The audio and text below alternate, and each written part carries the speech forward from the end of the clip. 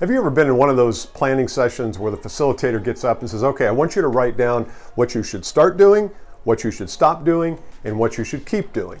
And every time I hear that exercise, I always feel like, man, that's really simple, but it is impactful and it's profound. And so what we're going to talk about today on this video is you sales leaders and sales managers, what can you stop doing? What are some mistakes that you make that may get in the way between where you are now and where you want your sales team to be? Stay tuned.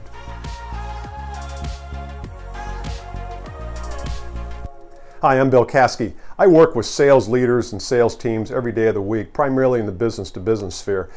And I realize that a lot of times sales managers, we can be doing things that actually harm our people. Not on purpose, obviously, inadvertently, but I want to spend a little bit of time today talking about 3 things you should stop doing or 3 things you should be looking at. By the way, if you like these videos or think you'd like some more of them, we're going to be publishing these on a regular basis. You can hit the subscribe button.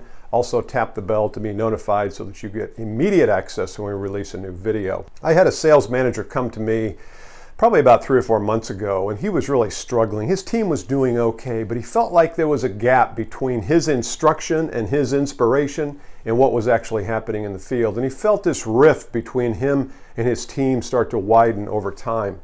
And we started to look at some of the things that he was doing, and these are things that I see virtually all sales managers do. So I want to share with you 3 things that you can stop doing today that will make your life easier, make you a better leader, and make your people better too.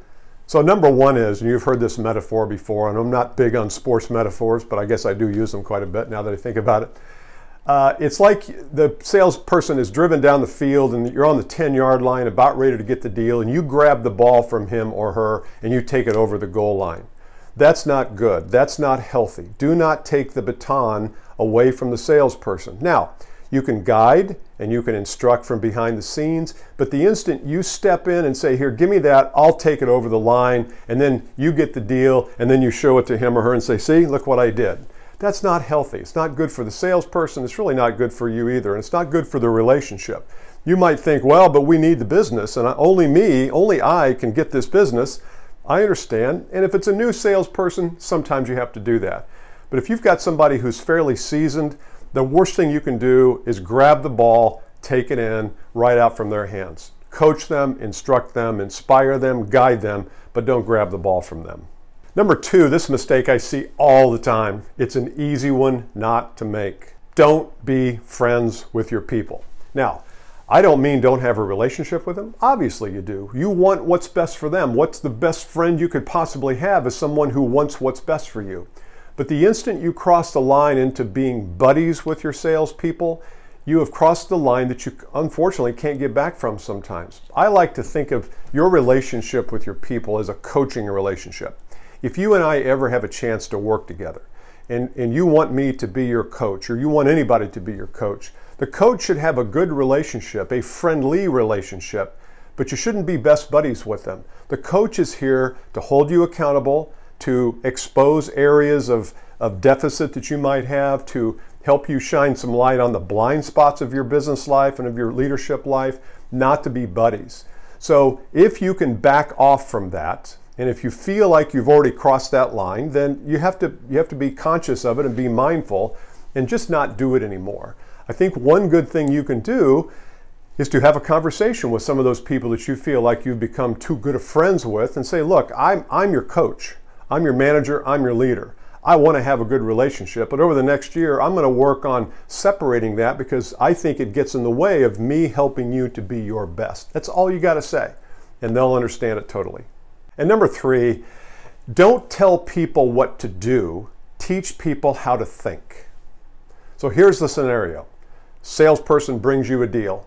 It's got some problems with it, and maybe you overheard a phone call or the salesperson tells you what happened on the last call, the last face-to-face call, and you hear some things that they said that weren't quite kosher. They weren't quite where you would have coached them to do. I don't want you to tell them what to do. I want you to say to them, what were you thinking when you said this right here, right in this point? Or when you pitched the proposal before you really understood what the problem was, what were you thinking? Tell me a little bit about your thought process. Not, what were you thinking? Not that kind of question, but just what was going through your mind? What caused you, what prompted you to make that move right then? By doing that, you're helping them to think better, think clearer, have more clarity around their intentions and their actions. And if we all agree that our thoughts determine our actions and our actions determine our results, if you want a self-managed team, one that doesn't need you there all the time, you'll teach people how to think. So I hope those 3 things help you. If you find you're doing those things, just write them down, back off them a little bit over the next month or so. I think if you take care and be mindful of those 3 things, I think your relationship with your team will get better, not friendlier necessarily, just better, and you'll be able to coach them where they need help. If you'd like more information from me, you can go to billcaskey.com, plenty of resources there. And once again, comment below. If you heard something on here that you liked or you heard something you didn't like, make sure you comment. I will make sure I get in this platform once or twice a week and reply to you as well. So once again, hit the subscribe button, be notified, and I will see you next time. Bye.